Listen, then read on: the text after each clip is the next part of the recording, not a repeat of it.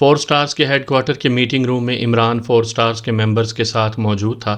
صدیقی نے اسے فون کیا تھا کہ جعلی ادویات کے سلسلے میں وہ اہم بات کرنا چاہتا ہے، تو عمران فلیٹ سے یہاں آ گیا تھا اور صدیقی نے اسے بتایا تھا کہ اسے رپورٹیں ملی ہیں کہ مارکیٹ میں جعلی ادویات دوبارہ سپلائی کی جا رہی ہیں، لیکن اس بار کام محتاط طریقے سے ہو رہا ہے۔ صدیقی نے جب ایک دکاندار کو پکڑ کر جب اس سے پوچھ گچھ کی تو اس نے بتایا کہ اسے یہ دوائیں ایک آدمی لا کر دیتا ہے، وہ کار پر آتا ہے، آرڈر بک کرتا ہے اور چلا جاتا ہے، پھر اسے فون پر کہا جاتا ہے کہ مال فلاں جگہ سے اٹھا لیا جائے، پھر وہ رقم ادا کر کے مال اٹھا لیتا ہے، لیکن بکنگ ہر بار نیا آدمی نئی کار پر کرتا ہے اور مال بھی ہر بار نئے انداز سے ملتا ہے۔ صرف ایک لفظ کوڈ کے طور پر استعمال ہو رہا ہے اور وہ لفظ ہے ٹرائی اینگل، اس لفظ کے ذریعے سارا کاروبار ہوتا ہے۔ صدیقی نے اس دکاندار سے بات کی کہ جب وہ کار پر آئے تو اس کا نمبر نوٹ کر کے وہ اسے اطلاع دے، لیکن دوسرے روز صدیقی کو معلوم ہوا کہ اس آدمی کو رات کو اس کے گھر میں گھس کر گولی مار دی گئی ہے۔ عمران صاحب، جعلی اور نقلی ادویات کا یہ دھندا حتمی طور پر ختم نہیں کیا جا سکتا، ہم لوگ آخر کب تک اس کے پیچھے بھاگتے رہیں گے؟ چوہان نے کہا۔ تمہاری بات درست ہے، یہ کام حکومت اور اس کے اداروں کا ہے۔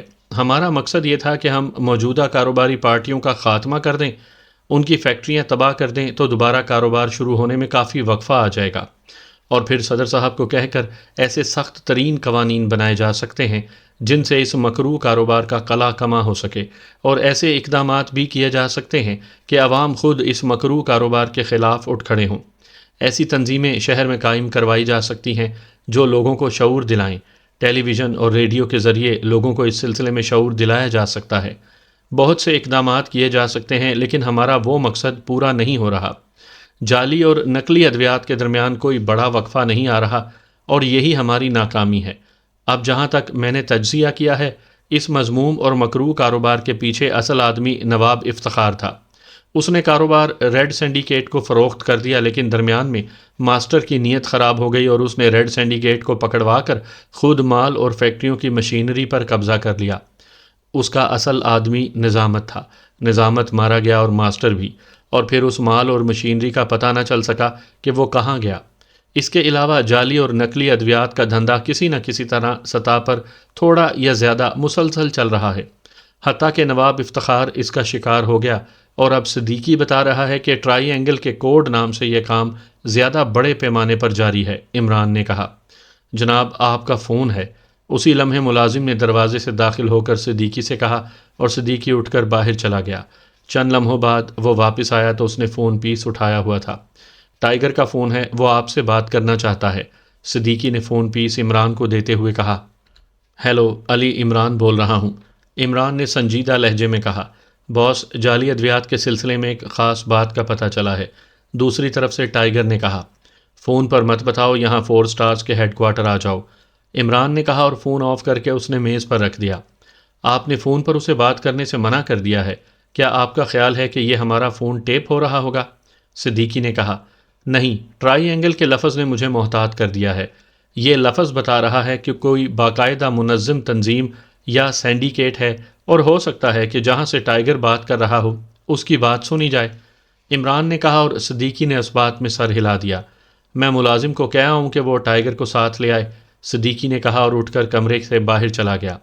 عمران صاحب، ٹائیگر کو کس خاص بات کا پتہ چلا ہوگا؟ خاور نے کہا۔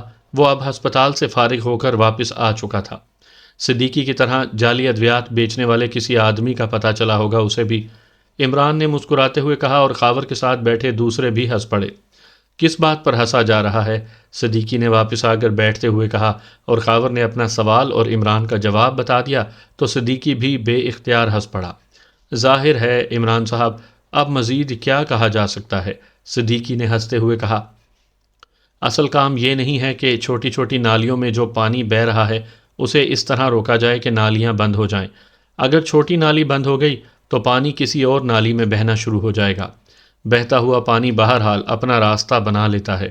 اصل کام اس دریا یا ندی نالے کو خشک کرنا ہے جہاں سے یہ پانی نالیوں میں آ رہا ہے، عمران نے بڑے فلسفیانہ لہجے میں کہا تو صدیقی سمیت باقی سب نے اس بات میں سر ہلا دیے، اور پھر تھوڑی دیر بعد ٹائیگر کمرے میں داخل ہوا اور اس نے بڑے مؤدبانہ انداز میں سب کو سلام کیا اور ایک خالی کرسی پر بیٹھ گیا۔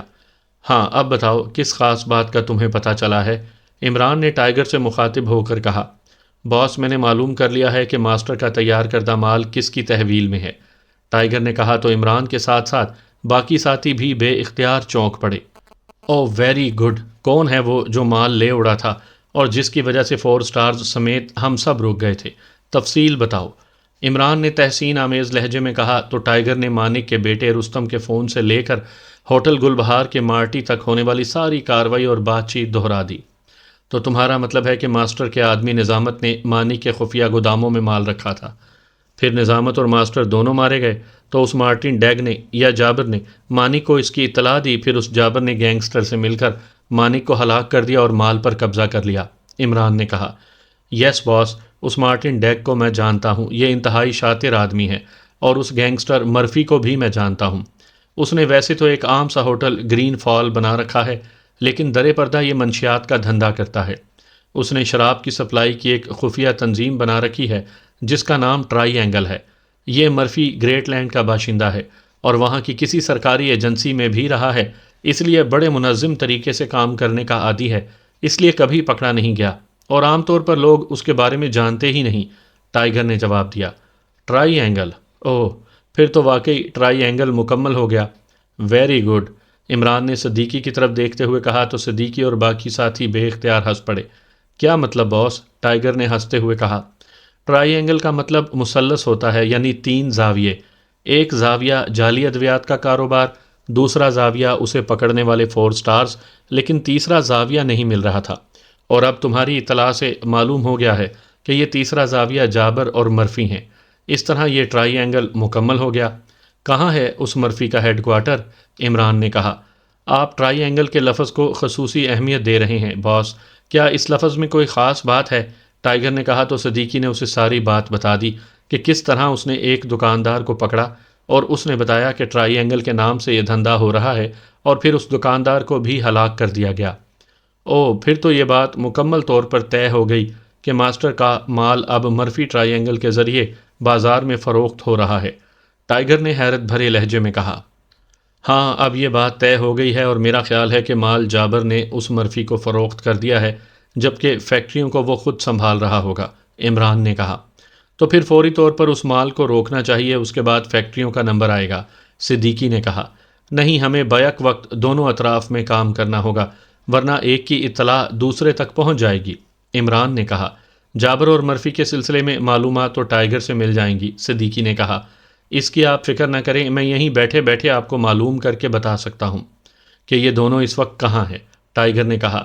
میں اور ٹائیگر اس جابر کو کور کر کے یہاں لے آتے ہیں، جبکہ 4 سٹارز اس مرفی کو کور کریں، اور ان دونوں کو یہاں لا کر ان سے تفصیلات حاصل کر کے پھر اکٹھی کارروائی ہوگی، عمران نے کہا۔ باس، جابر کے لیے آپ کو ساتھ جانے کی ضرورت نہیں ہے، بلکہ اگر آپ حکم دیں تو مرفی کو بھی میں ساتھ ہی اٹھا سکتا ہوں۔ آپ صدیقی صاحب کو میرے ساتھ بھیج دیں، ٹائیگر نے کہا۔ اوکے، تم پھر صدیقی اور خاور کو ساتھ لے جاؤ اور ان دونوں کو یہاں لے آؤ۔ کتنی دیر لگ جائے گی؟ عمران نے کہا۔ زیادہ نہیں باس، صرف 2 گھنٹے لگیں گے، ٹائیگر نے کہا، اور عمران نے اس بات میں سر ہلا دیا، اور پھر ٹائیگر صدیقی اور خاور کے ساتھ اٹھ کر باہر چلا گیا، جبکہ چوہان اور نعمانی دونوں وہیں رہ گئے۔ چوہان اور نعمانی، تم دونوں کو میں نے خصوصی طور پر یہاں روکا ہے، تم دونوں نے ایک ضروری کام کرنا ہے، عمران نے کہا۔ وہ کیا عمران صاحب؟ ان دونوں نے چونک کر پوچھا۔ تم نے سپر فیاض کو اغوا کر کے یہاں لانا ہے، عمران نے کہا تو وہ دونوں ہی بے اختیار چونک پڑے۔ سپر فیاض کو اغوا؟ کیا مطلب؟ دونوں نے انتہائی حیرت بھرے لہجے میں کہا۔ یہ میں بعد میں بتاؤں گا، ماسک میک اپ کر لو، اس وقت فیاض سروسز کلب میں ہوگا، وہ وہاں لازماً 2 گھنٹوں کے لیے جاتا ہے، عمران نے کہا، اور دونوں سر ہلاتے ہوئے اٹھ کھڑے ہوئے۔ گیس سے بے ہوش کرنا، چوٹ نہ مارنا، ایسا نہ ہو کہ اس بیچارے کی کھوپڑی میں جتنا دماغ ہے وہ بھی ٹوٹ پھوٹ جائے، عمران نے مسکراتے ہوئے کہا تو ان دونوں نے مسکراتے ہوئے اس بات میں سر ہلا دیا۔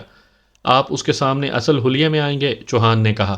نہیں، مجھے بھی میک اپ کرنا پڑے گا، عمران نے کہا، اور دونوں تیزی سے کمرے سے باہر چلے گئے۔ ان دونوں کے جانے کے بعد عمران نے ملازم کو بلایا اور اسے کافی لانے کا کہہ دیا، اور ملازم سر ہلاتا ہوا واپس چلا گیا، اور پھر تھوڑی دیر بعد ملازم واپس آیا تو اس کے ہاتھ میں کافی کی پیالی موجود تھی۔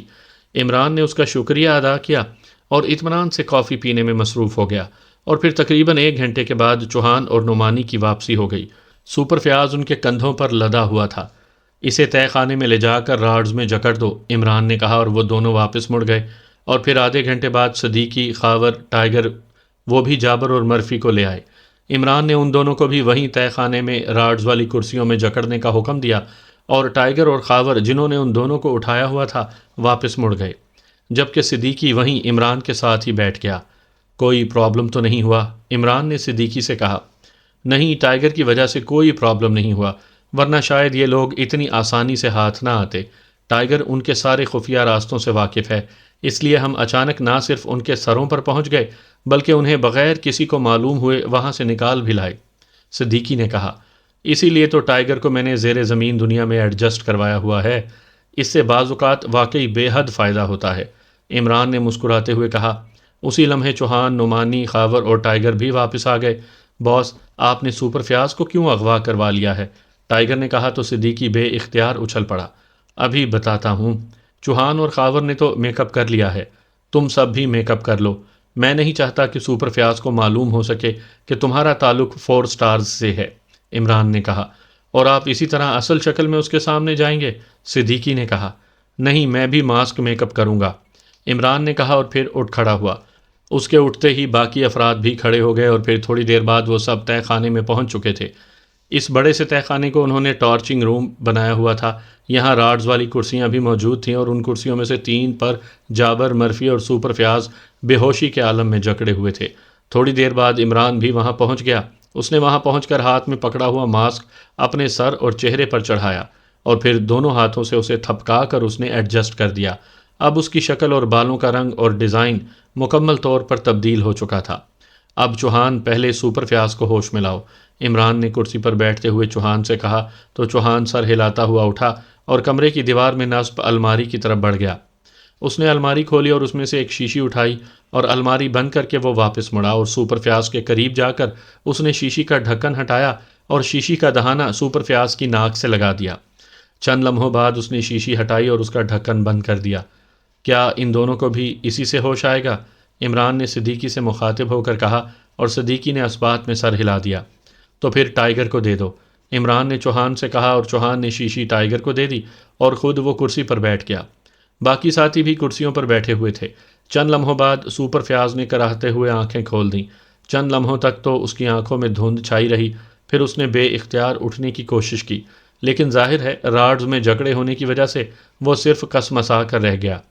اس کے چہرے پر حیرت کے ساتھ ساتھ خوف کے تاثرات ابھر آئے تھے۔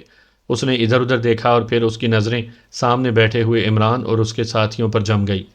یہ کیا ہے؟ کون ہو تم؟ یہ تم نے کیا کیا ہے؟ یہ مجھے کیوں باندھا گیا ہے؟ تمہیں معلوم نہیں ہے کہ میں کون ہوں؟ سپر فیاض نے بوکھلائے ہوئے لہجے میں مسلسل بولتے ہوئے کہا۔ ہمیں معلوم ہے کہ تم سینٹرل انٹیلیجنس کے سپرنٹینڈنٹ ہو اور تمہارا نام فیاض ہے، عمران نے بدلے ہوئے لیکن انتہائی سرد لہجے میں بات کرتے ہوئے کہا۔ تو پھر تم نے ایسا کیوں کیا ہے؟ کون ہو تم؟ سپر فیاض نے کہا۔ تم نے پہلے جعلی ادویات کے بارے میں آپریشن کیا اور پھر تم نے ریڈ سینڈیکیٹ کو پکڑ لیا۔ کیا تمہارا خیال تھا کہ تمہیں چھوڑ دیا جائے گا تاکہ تم اخبارات میں اپنی تعریفیں پڑھتے رہو اور اپنے اعلیٰ حکام سے شاباش وصول کرتے رہو؟ عمران نے پہلے سے بھی زیادہ بگڑے ہوئے لہجے میں کہا۔ یہ تو میرا فرض تھا، میری ڈیوٹی تھی۔ تم کون ہو؟ سپر فیاض نے قدرے بوکھلائے ہوئے لہجے میں کہا۔ جب تمہارے جسم کی ایک ایک ہڈی توڑ دی جائے گی، جب تمہارے جسم کا ایک ایک ریشہ ادھیڑ دیا جائے گا، پھر تمہیں معلوم ہوگا کہ فرض کیا ہوتا ہے اور ڈیوٹی کیا۔ پہلے ہم ان دونوں سے نمٹ لیں۔ انہوں نے اس مال پر ناجائز قبضہ کر لیا تھا جو ریڈ سینڈیکیٹ کا مال تھا، عمران نے کہا۔ تو تمہارا تعلق ریڈ سینڈیکیٹ سے ہے، سپر فیاض نے کہا۔ رابرٹ، اس کے منہ میں کپڑا ٹھونس دو، عمران نے ٹائیگر سے کہا تو ٹائیگر سر ہلاتا ہوا اٹھا۔ اس نے جیب سے رومال نکالا اور پھر اس نے سپر فیاض کا منہ زبردستی کھول کر اس میں رومال ٹھونس دیا۔ اب تم صرف دیکھ سکو گے لیکن بول نہ سکو گے۔ میں نے ایسا اس لیے کیا ہے کہ تاکہ تمہیں معلوم ہو جائے کہ جو لوگ دوسروں کے مال پر ہاتھ صاف کرتے ہیں ان کا کیا حشر ہوتا ہے، عمران نے کہا۔ رابرٹ، ان دونوں کو ہوش میں لاؤ، عمران نے ایک بار پھر ٹائیگر سے کہا جس کے پاس ہوش میں لانے والی اینٹی گیس کی بوتل تھی۔ ٹائیگر نے جیب سے بوتل نکالی اور آگے بڑھ کر اس نے بوتل کا ڈھکن ہٹایا اور اسے ایک آدمی کی ناک سے لگا دیا اور چند لمحوں بعد ہٹا کر اس نے اسے ساتھ بیٹھے ہوئے دوسرے کے ناک سے لگا دیا اور پھر ہٹا کر اس کا ڈھکن بند کیا اور شیشی جیب میں ڈال کر واپس آ کر بیٹھ گیا۔ ان میں سے جابر کون ہے اور مرفی کون ہے؟ عمران نے ساتھ بیٹھے ہوئے صدیقی سے کہا تو صدیقی نے دونوں کی نشاندہی کر دی اور چند لمحوں بعد جابر اور مرفی دونوں یکے بعد دیگرے ہوش میں آ گئے۔ سپر فیاض راڈز میں جکڑا یہ سب کچھ دیکھ رہا تھا، لیکن منہ میں رومال ہونے کی وجہ سے بول نہیں سکتا تھا۔ البتہ اس کے چہرے پر خوف کے تاثرات نمایاں تھے۔ تمہارا نام جابر بھی ہے اور مارٹن ڈیک بھی۔ عمران نے جابر کے پوری طرح ہوش میں آتے ہی اس سے مخاطب ہو کر کہا، یہ میں کہاں ہوں؟ یہ سب کیا ہے؟ تم کون ہو؟ جابر کے لہجے میں حیرت کے ساتھ ساتھ خوف تھا۔ اور تمہارا نام مرفی ہے اور تم ٹرائی اینگل نامی سینڈیکیٹ کے چیف ہو۔ عمران نے جابر کی بات کا جواب دینے کے بجائے مرفی سے مخاطب ہو کر کہا، تو اس نے بھی جواب میں وہی کچھ کہا جو اس سے پہلے جابر نے کہا تھا۔ تم دونوں نے یہ سمجھ لیا تھا کہ تم ہوٹل گل بہار کے اسپیشل روم میں مانک کو ہلاک کر کے مال اور مشینری پر قبضہ کر لو گے اور تمہیں پوچھنے والا کوئی نہیں ہوگا۔ عمران نے کہا، یہ غلط ہے، میں نے کسی کو قتل نہیں کیا۔ جابر نے کہا، تم احمقوں کو یہ بھی معلوم نہیں ہے کہ اسپیشل روم میں خفیہ کیمرے نصب ہوتے ہیں اور تم دونوں نے جب مانک کو ہلاک کیا تو اس کی فلم بن گئی اور یہ فلم اس وقت بھی میرے پاس موجود ہے۔ کہو تو دکھاؤں تمہیں؟ عمران نے کہا تو جابر اور مرفی دونوں کے چہرے یک لخت تاریک پڑ گئے۔ سنو، یہ مال دراصل ریڈ سینڈیکیٹ کی ملکیت ہے۔ ریڈ سینڈیکیٹ نے نواب افتخار کو باقاعدہ رقم دے کر اسے خریدا ہے۔ ماسٹر نے درمیان میں سودا کرایا تھا، پھر ماسٹر کی نیت خراب ہو گئی۔ اس نے ریڈ سینڈیکیٹ کے خلاف اپنے آدمی نظامت کے ذریعے سینٹرل انٹیلیجنس کے سپرنٹینڈنٹ کو ریڈ سینڈیکیٹ کے بارے میں تفصیلات مہیا کر دیں۔ یہ تمہارے ساتھ سینٹرل انٹیلیجنس کا سپرنٹینڈنٹ موجود ہے، اسے بھی ریڈ سینڈیکیٹ کے خلاف کام کرنے کی وجہ سے یہاں لایا گیا ہے، اور اب اس کا حشر بھی انتہائی عبرتناک ہوگا۔ ماسٹر اور نظامت دونوں ٹائیگر اور عمران کے ہاتھوں ہلاک ہو گئے اور جابر کو اس کا علم ہو گیا۔ جابر نے مانک کو بتایا کیونکہ نظامت نے مال مانک کے خفیہ سٹورز میں سٹور کرایا ہوا تھا۔ مانک کی نیت بھی خراب ہو گئی، اس نے اس پر قبضہ کرنا چاہا اور اس کے بعد تم دونوں نے مانک کو ختم کر دیا اور جعلی اور نقلی ادویات کے تیار شدہ مال پر بھی قبضہ کر لیا اور مشینری پر بھی، اور اب مرفی کی ٹرائی اینگل تنظیم شہر میں جعلی اور نقلی ادویات سپلائی کر رہی ہے۔ عمران نے کہا، نہیں، یہ غلط ہے۔ اس بار مرفی نے کہا، تم دونوں نے اب ہمیں بتانا ہے کہ مال کہاں سٹور ہے اور فیکٹریاں کہاں کہاں کام کر رہی ہیں۔ عمران نے کہا، جب یہ سب ہے ہی غلط تو ہم کیا بتائیں؟ جابر نے کہا، تو تم نہیں بتاؤ گے؟ عمران نے اٹھ کر ایک ہاتھ سے اپنی کرسی اٹھائی اور پھر اس نے کرسی جابر کے سامنے رکھی اور اس پر بیٹھ گیا۔ جب ہمیں معلوم ہی نہیں تو میں کیا بتاؤں؟ جابر نے منہ بناتے ہوئے کہا تو عمران نے کوٹ کی اندرونی جیب سے خنجر نکالا اور دوسرے لمحے تہہ خانہ جابر کے حلق سے نکلنے والی چیخ سے گونج اٹھا۔ عمران نے ایک جھٹکے سے اس کا دایاں نتنا خنجر کی نوک سے کاٹ دیا تھا۔ جابر کے حلق سے نکلنے والی چیخ ابھی تہہ خانے میں گونج رہی تھی کہ عمران کا ہاتھ حرکت میں آیا اور جابر کا دوسرا نتنا بھی کٹ گیا اور جابر کے حلق سے ایک بار پھر انتہائی کربناک چیخ نکلی۔ اب تم بتاؤ گے جابر، سب کچھ بتاؤ گے؟ عمران نے اس کے لباس سے خنجر صاف کرتے ہوئے اسے واپس جیب میں رکھتے ہوئے کہا، میں کچھ نہیں جانتا، تم مجھ پر ظلم کر رہے ہو۔ جابر نے سر ادھر ادھر مارتے ہوئے کہا، لیکن عمران نے خنجر واپس جیب میں رکھ کر ایک ہاتھ سے اس کا سر پکڑا اور دوسرے ہاتھ کی مڑی ہوئی انگلی کا ہک اس نے جابر کی پیشانی کے درمیان ابھرنے والی رگ پر مار دیا۔ جابر کی حالت یک لخت بے حد تباہ ہو گئی۔ اس نے حلق پھاڑ کر چیخ ماری اور عمران نے دوسری ضرب لگا دی۔ پھر جیسے تہہ خانہ جابر کی چیخوں سے گونج اٹھا، اس کا پورا جسم پسینے سے شرابور ہو گیا تھا۔ بولو ورنہ اس بار، عمران نے غراتے ہوئے کہا اور ساتھ ہی اس نے مڑی ہوئی انگلی والا ہاتھ اوپر اٹھایا۔ رک جاؤ، میں بتاتا ہوں، رک جاؤ۔ میں نے اور مرفی دونوں نے واقعی مانک کو ہلاک کر دیا اور اس کے خفیہ سٹوروں پر قبضہ کر لیا ہے، جس میں جعلی ادویات کا تیار شدہ مال بھی موجود ہے اور مشینری بھی، اور مرفی کے آدمی اب کاروبار کر رہے ہیں۔ ہم نے منافع آدھا آدھا طے کر رکھا ہے۔ جابر نے ایسے بولنا شروع کر دیا جیسے ٹیپ ریکارڈر کام کرتا ہے۔ یہ جھوٹ بول رہا ہے، اچانک مرفی نے کہا۔ اسے جھوٹ بولنے دو، تم سچ بول دینا۔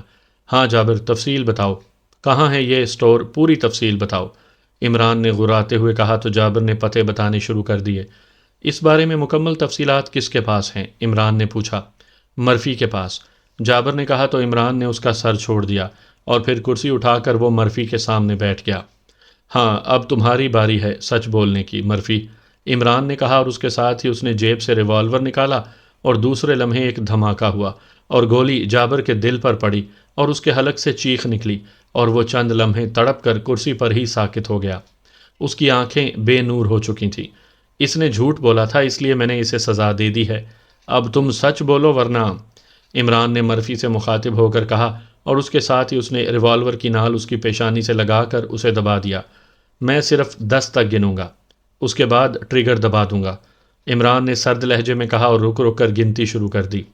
تم اپنا وقت ضائع کر رہے ہو، مرفی نے مضبوط سے لہجے میں کہا، لیکن عمران نے گنتی جاری رکھی کیونکہ وہ مرفی کے جسم میں پیدا ہونے والی لاشعوری حرکات مارک کر رہا تھا۔ میں کہہ رہا ہوں کہ جابر نے جھوٹ بولا ہے، تم مانتے کیوں نہیں میری بات کو؟ یکلخت مرفی نے جھلائے ہوئے لہجے میں کہا، اور عمران بے اختیار مسکرا دیا، لیکن اس نے گنتی جاری رکھی۔ اب وہ 7 تک پہنچ چکا تھا۔ اب باقی صرف 3 ہندسے رہ گئے ہیں، پھر تمہارا یہ جسم گٹر میں تیر رہا ہوگا اور تمہاری روح پرواز کر جائے گی مرفی، پھر نہ جعلی ادویات سے بھرے ہوئے سٹور تمہارے کام آ سکیں گے اور نہ ٹرائی اینگل تمہیں کوئی فائدہ پہنچا سکے گی، عمران نے کہا، اور اس کے ساتھ ہی اس گنتی کو دوبارہ شروع کیا۔ رک جاؤ میں بتاتا ہوں، مجھے مت مارو، رک جاؤ۔ جیسے ہی عمران 9 تک پہنچا تو مرفی بے اختیار چیخ پڑا، بولو کہاں ہیں تفصیلات، بولو ورنہ میں 10 کہہ کر ٹریگر دبا دوں گا، عمران نے غراتے ہوئے کہا۔ میری رہائش گاہ پر میرے خاص کمرے کی سیف میں ہے، مرفی نے رک رک کر جواب دیتے ہوئے کہا۔ کہاں ہے تمہاری رہائش گاہ؟ عمران نے پوچھا تو مرفی نے ایک کالونی کا نام اور کوٹھی کا نمبر بتا دیا۔ فون نمبر کیا ہے؟ عمران نے پوچھا تو مرفی نے فون نمبر بھی بتا دیا۔ رہائش گاہ پر کون موجود ہے؟ عمران نے پوچھا۔ میرا بھائی میرے ساتھ رہتا ہے، اس کا نام تھامسن ہے، مرفی نے جواب دیا۔ تو تم فون پر اپنے بھائی کو کہو کہ وہ کاغذات سیف سے نکال کر میرے آدمی کو دے دے، عمران نے کہا۔ مجھے خود جانا پڑے گا، وہ سیف صرف میری آواز سے ہی کھل سکتا ہے ورنہ نہیں، مرفی نے جواب دیتے ہوئے کہا۔ تمہارے بھائی کے علاوہ اور کون رہتا ہے وہاں؟ عمران نے پوچھا۔ 3 ملازم ہیں، مرفی نے جواب دیا۔ رابرٹ، عمران نے ٹائیگر سے مخاطب ہو کر کہا۔ یس باس، ٹائیگر نے جواب دیا۔ 2 ساتھیوں کو ساتھ لے جاؤ اور وہ کاغذات لے آؤ، وہاں موجود آدمیوں کو ہاف آف کر دینا، عمران نے کہا۔ یس باس، ٹائیگر نے کہا، اور عمران نے چوہان اور نعمانی کو اشارہ کر کے ٹائیگر کے ساتھ جانے کا کہہ دیا اور وہ دونوں اٹھ کر ٹائیگر کے ساتھ تہہ خانے سے باہر چلے گئے۔ کتنے آدمی ہیں تمہاری تنظیم میں؟ عمران نے پوچھا۔ بڑی تنظیم ہے، میرا اصل کام تو شراب کی سمگلنگ تھا، یہ کام تو میں نے ہنگامی طور پر شروع کیا تھا جابر کے کہنے پر، مرفی نے جواب دیا، اور عمران نے اس بات میں سر ہلا دیا۔ پھر تقریباً آدھے گھنٹے بعد ٹائیگر، چوہان اور نعمانی سمیت اندر داخل ہوا تو اس کے ہاتھ میں ایک موٹا سا لفافہ اور ایک فائل موجود تھی۔ کیا مطلب؟ یہ تم نے سیف کیسے کھول لیا؟ وہ تو کھل ہی نہیں سکتا، مرفی نے حیرت بھرے لہجے میں کہا۔ سامعین کرام، آپ سن رہے ہیں عمران سیریز کے سلسلے میں ایک دلچسپ اردو کہانی جس کا نام ہے مکروہ جرم۔ یہ اس سلسلے کی قسط نمبر 15 ہے۔ مجھے امید ہے آپ کو میری یہ کاوش پسند آ رہی ہوگی۔ آپ نے اگر ابھی تک میرا چینل مائی وائس سبسکرائب نہیں کیا تو ابھی میرے چینل کو سبسکرائب کر کے بیل نوٹیفیکیشن آن کر لیجئے تاکہ آنے والی ہر نئی کہانی کی اطلاع بر وقت آپ تک پہنچ سکے۔ کیا مطلب؟ یہ تم نے سیف کیسے کھول لیا؟ وہ تو کھل ہی نہیں سکتا، مرفی نے حیرت بھرے لہجے میں کہا۔ کھل نہیں سکتا تو توڑا تو جا سکتا ہے، عمران نے جواب دیا اور فائل کھول کر اسے دیکھنے لگا۔ پھر اس نے فائل بند کر کے ایک طرف رکھی اور لفافے میں سے کاغذات نکال کر دیکھنے لگا۔ پھر اس نے ایک طویل سانس لیتے ہوئے کاغذات دوبارہ لفافے میں ڈالے اور فائل اور لفافہ دوبارہ میز پر رکھ دیے۔ اس کے ساتھ ہی اس نے جیب سے مشین پسٹل نکالا اور اس کا رخ مرفی کی طرف کر دیا۔ تم جعلی ادویات فروخت کرتے ہو جس سے سینکڑوں ہزاروں بے گناہ آدمی ہلاک ہو جاتے ہیں۔ تم بے رحم اور مکروہ کیڑے ہو، اس لیے تمہیں زندہ رہنے کا کوئی حق نہیں، عمران نے انتہائی نفرت بھرے لہجے میں کہا اور اس کے ساتھ ہی اس نے ٹریگر دبا دیا۔ مرفی، جس نے کچھ کہنے کے لیے منہ کھولا تھا لیکن اس کے حلق سے سوائے ہلکی سی چیخ کے اور کچھ نہ نکل سکا، اور دل میں اتر جانے والی گولیوں نے اسے چند لمحوں میں ہی ساکت کر دیا۔ اب اس سپرنٹینڈنٹ کے منہ سے رومال نکالو تاکہ اب اس سے بھی نمٹ لیا جائے، عمران نے ریوالور واپس جیب میں ڈالتے ہوئے ٹائیگر سے کہا تو ٹائیگر نے آگے بڑھ کر سپر فیاض کے منہ سے رومال نکال لیا۔ سپر فیاض کا چہرہ خوف کی شدت سے بگڑ گیا تھا اور اس کا چہرہ زرد پڑا ہوا تھا۔ تم نے دیکھ لیا جابر اور مرفی کا حشر، اب تم بتاؤ، تم نے ریڈ سینڈیکیٹ کو تباہ کیا ہے، تمہارے ساتھ کیا سلوک ہونا چاہیے؟ عمران نے غراتے ہوئے کہا۔ وہ میں نے تو اپنی ڈیوٹی سر انجام دی ہے، سرکاری ڈیوٹی، فیاض نے رک رک کر کہا۔ اب بھی تمہارے پاس ایک آخری چانس ہے سپرنٹینڈنٹ فیاض، اگر تم اپنی زندگی بچانا چاہتے ہو تو پھر مجھ سے سودا کر لو۔ ریڈ سینڈیکیٹ کو جو تمہاری کارروائی سے نقصان پہنچا ہے اس کا تاوان دے دو، عمران نے کہا۔ تاوان؟ کیا تاوان؟ سپر فیاض نے چونک کر کہا۔ صرف 50 کروڑ روپے، اور یہ زیادہ نہیں ہے، تم نے اس سے زیادہ نقصان پہنچایا ہے ریڈ سینڈیکیٹ کو، عمران نے سرد لہجے میں کہا۔ میں کیوں دوں رقم؟ میں نے تو سرکاری فرض سر انجام دیا ہے، اور پھر میرے پاس رقم کہاں سے آئی؟ سپر فیاض نے ہونٹ چباتے ہوئے کہا۔ تو پھر اس سرکاری فرض کی خاطر مرنے کے لیے بھی تیار ہو جاؤ۔ عمران کا لہجہ اور سرد ہو گیا اور اس نے جیب سے ریوالور ایک بار پھر نکال کر ہاتھ میں پکڑ لیا۔ اس کے چہرے پر سختی اور صفاقی کے تاثرات ابھر آئے تھے اور سپر فیاض کا چہرہ مزید زرد پڑ گیا۔